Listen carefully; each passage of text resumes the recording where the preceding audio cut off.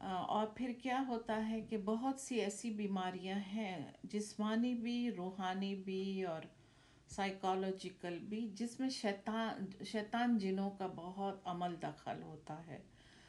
لیکن آج کی ماڈرن سائنس جو میڈیکل سائنس ہے وہ اس چیز کو نہیں مانتی ہے نا، وہ تو صرف ان چیزوں کو مانتی ہے کہ انسان کے 5 جو ہیں سینسز ہیں، بس ان سینسز سے جو بھی فیل کیا جا سکتا ہے نا وہی کچھ ہے۔ لیکن ہمارا دین ہمیں یہ بات سمجھاتا ہے، اور سارے انبیاء کرام آدم علیہ السلام سے لے کر ہمارے نبی کریم صلی اللہ علیہ وآلہ وسلم تک، جتنے بھی انبیاء اللہ کے آئے، جتنے بھی پیغمبر آئے، ان سب نے ان چیزوں کو بتایا ہمیں کہ ہے نا بیماریوں میں ہے نا شیطانی جنوں کا بھی بہت گہرا عمل ہوتا ہے، دخل ہوتا ہے ان کا نا۔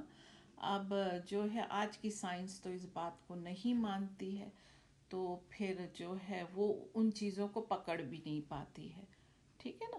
تو پھر جو ہے بات یہ ہے کہ ہے نا، لیکن میں نے پرسنلی تو کبھی نہیں دیکھا، لیکن میں جب بھی کبھی ٹی وی کے شوز یا پروگرام دیکھتی ہوں، کیونکہ مجھے ریسرچ کرنے کا بھی بہت شوق ہے اور ریسرچ بھی بہت کرتی ہوں، تو اس میں میرے سامنے بہت سارے ایسے شوز اور ایسی ڈاکیومنٹریز آئی ہیں جس میں یہ ہے کہ ہے نا جو ہے جب مریض بہت زیادہ تنگ کرنے لگتا ہے نرسز کو، ڈاکٹرز کو، اور قابو میں نہیں آتا ہے، کیونکہ وہ بھی فرسٹریٹڈ ہو چکا ہوتا ہے ہاسپٹل میں رہ رہ کر، ٹھیک ہے نا۔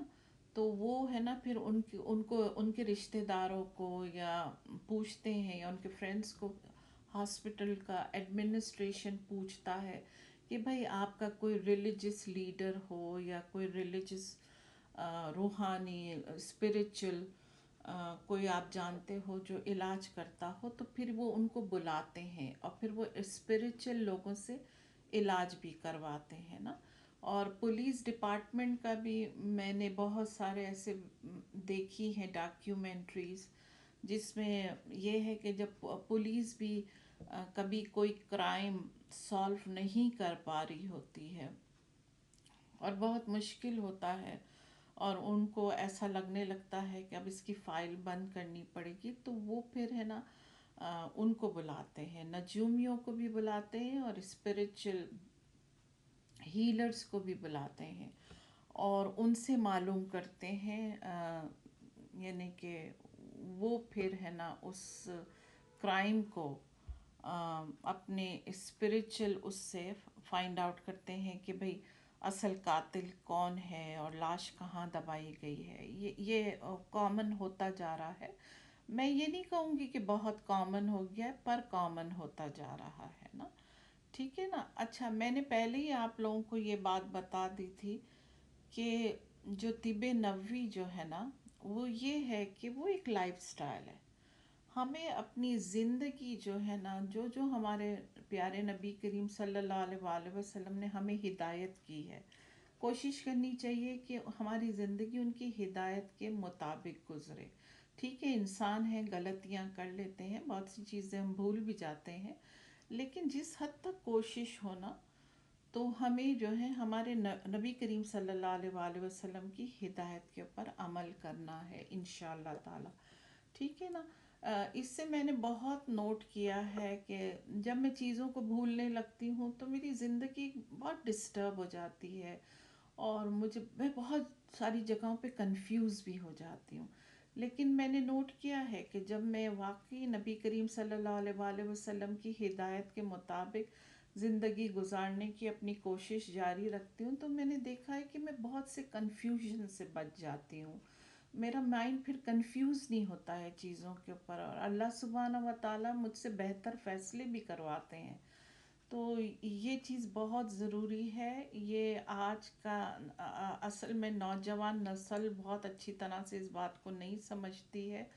میری اللہ سے دعا ہے کہ نوجوان نسل اس بات کو سمجھنے لگے، کیونکہ نوجوان نسل کے لیے ہر چیز جو ہے نا آن لائن ہو گئی ہے، انٹرنیٹ ہو گئی، اور اتنا زیادہ سوشل میڈیا پلیٹ فارمز کھل گئے ہیں کہ وہ اپنے ہر پرابلم کا اور ہر سوال کا جو حل ہے نا اسی میں ہی تلاش کرتے ہیں. میں یہ نہیں کہتی ہوں کہ نہیں کرنا چاہیے.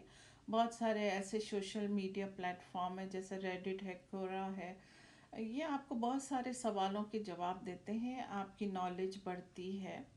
لیکن جو ہے نا، جو اصل نالج ہے، جو پیور نالج ہے، جو جینوین نالج ہے نا، وہ نبی کریم صلی اللہ علیہ وآلہ وسلم نے ہمیں دی ہے.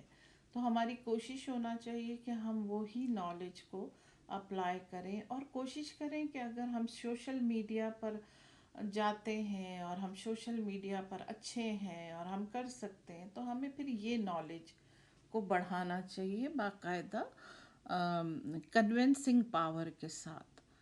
ٹھیک ہے. اب جو ہے ہم آتے ہیں اس کے اوپر نا، ہمارے نبی کا ایک بات کو بہت اچھی طرح ہم نے سمجھ لینی ہے کہ ہمارے پیارے رسول اللہ صلی اللہ علیہ وآلہ وسلم نے although کہ ہم نے ان کو نہیں دیکھا، although کہ انہوں نے ہمیں نہیں دیکھا، لیکن مجھے پورا یقین ہے کہ وہ ہماری جو مائیں ہیں نا ان سے بھی زیادہ ہم سے پیار کرتے رہے ہیں، کیونکہ انہوں نے ہمیں اتنی اچھی چیزیں سکھائی ہیں کہ جو بعض دفعہ ہماری سگی مائیں بھی ہمیں نہ سکھا سکی نا.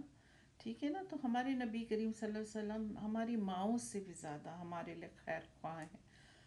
اور ہم اگر ہے نا، چاہے ہم اب کسی بھی عمر میں ہو، بعض لوگ مجھے کہتے ہیں اب تو ہم بوڑھے ہو گئے. ہاں بھلے آپ بوڑھے ہو گئے، پر آپ کے پاس زندگی تو ہے نا، اور آپ کو کیا معلوم کہ آپ کی زندگی کتنی ہے. تو کیا ہی اچھا ہو کہ آپ طب نبوی کا لائف سٹائل اور مائنڈ سیٹ اپنا لیں اور اپنی اگلی نسل میں ٹرانسفر کریں. اگر آپ بوڑھے ہو گئے ہیں تو یہی چیز آپ اپنے گرینڈ کڈس میں ٹرانسفر کریں. ٹھیک ہے نا. تو یہ بہت ضروری ہے. عمر کچھ بھی نہیں ہوتی ہے، کچھ بھی نہیں ہوتی ہے. جب تک سانس ہے نا، جب تک بہت کچھ کیا جا سکتا ہے. اور جس ایرا میں ہم رہ رہے ہیں اس وقت ہمیں بہت ہی زیادہ الرٹ ہو جانا چاہیے، کیونکہ اے آئی جو آرٹیفیشل انٹیلیجنس ہے نا بہت تیزی سے ٹیک اوور کر رہی ہے ورلڈ کو نا. تو ابھی تو ہمیں پھر بہت زیادہ ہی الرٹ ہو جانا چاہیے نا. ہم دور فتن میں رہ رہے ہیں، اور مجھے بہت حد تک لگتا ہے کہ ہم اینڈ آف ٹائم میں رہ رہے ہیں. مجھے نہیں معلوم ہے کہ اینڈ آف ٹائم اللہ تعالیٰ نے کتنے ایئرس کا رکھا ہے یا کتنی صدی کا رکھا ہے، یہ مجھے نہیں معلوم. لیکن اتنا مجھے معلوم ہے کہ we are living in end of time نا. ٹھیک ہے نا. تو ہمیں جو ہے نا، اور چونکہ اب ہم اینڈ آف ٹائم میں رہ رہے ہیں نا، اور شیطان کو اس چیز کا بہت اچھی طرح سے اندازہ ہو گیا ہے کہ اب اس کے پاس بہت زیادہ وقت بچا نہیں ہے. تو وہ اس نے بھی اپنی فورسز کو اور اپنی ملٹری کو بہت سٹرونگ کر دیا ہے، اور اس نے بھی اپنی جو فورسز ہیں، اس کی فوج ہے، اس کو بہت ویل اکوپڈ کر دیا ہے، ایڈوانس کر دیا ہے، ان کی ٹریننگ بہت مضبوط کر دی ہے تاکہ وہ زیادہ سے زیادہ لوگوں کو بھٹکا سکے نا. وہ بہت ایکٹیو ہو گیا ہے شیطان، کیونکہ اب اسے پتہ ہے کہ یہ دنیا بہت عرصہ نہیں رہنے والی ہے. تو اب یہ اینڈ آف ٹائم میں نا جتنا زیادہ اپنا پاور لگا سکتا ہے نا وہ لگا رہا ہے. تو اگر وہ لگا رہا ہے نا تو پھر انسانوں کو بھی اپنے پاور کو پہچاننا ہے، اور انسانوں کو بھی اس کے اوپر کام کرنا ہے. یہ نہیں سوچ کے بیٹھ جانا ہے کہ نہیں جی اب میرے میں انرجی نہیں رہی ہے، نہیں جی میری عمر ہو گئی ہے. ایسی کوئی بھی بات نہیں ہوتی. ہم نے تو نوجوانوں سے بھی جب بھی پوچھا ہے، میں کسی اسٹور میں جاتی ہوں اور کوئی کیشیئر کھڑی ہوتی ہے تو میں اس کو بولتی ہوں ہاؤ واز یور ڈے، تو وہ مجھے کہتی ہے آئی ایم ٹائرڈ. ہم نے تو نوجوانوں سے بھی ہر وقت یہی بات سنی کہ آئی ایم ٹائرڈ نا. تو بہت ضروری ہے کہ ہمیں جو ہے اپنے آپ کو کمزور نہیں بنانا ہے، بلکہ ہمیں اپنے آپ کو بہت سٹرونگ بنانا ہے، چاہے جس عمر کے بھی حصے میں ہم ہوں. اور ہمیں ہماری اولاد اور ہمارے گرینڈ کڈس کے اوپر توجہ دینی ہے جس حد تک بھی ہم دے سکتے ہیں. یہ ویڈیو جو ہے 14 منٹ سے اوپر ہو چکی ہے. میں یہاں کنکلوڈ کرتی ہوں پارٹ 4 کو. امید ہے آپ کو یہ بات پسند آئی ہوگی، اور میں امید کرتی ہوں کہ اللہ تعالیٰ آپ کے لیے آسانی کرے. نبی کریم صلی اللہ علیہ وآلہ وسلم کی سنتیں اپنانے میں، اور ہے نا ہم کم از کم ہم اتنا تو اللہ کے گھر جا کے کہہ سکیں گے نا کہ اللہ سبحانہ و تعالیٰ ہم جو کر سکتے تھے وہ ہم نے کیا نا۔ بہت شکریہ سننے کا، وآخر الدعوانا ان الحمد للہ رب العالمین۔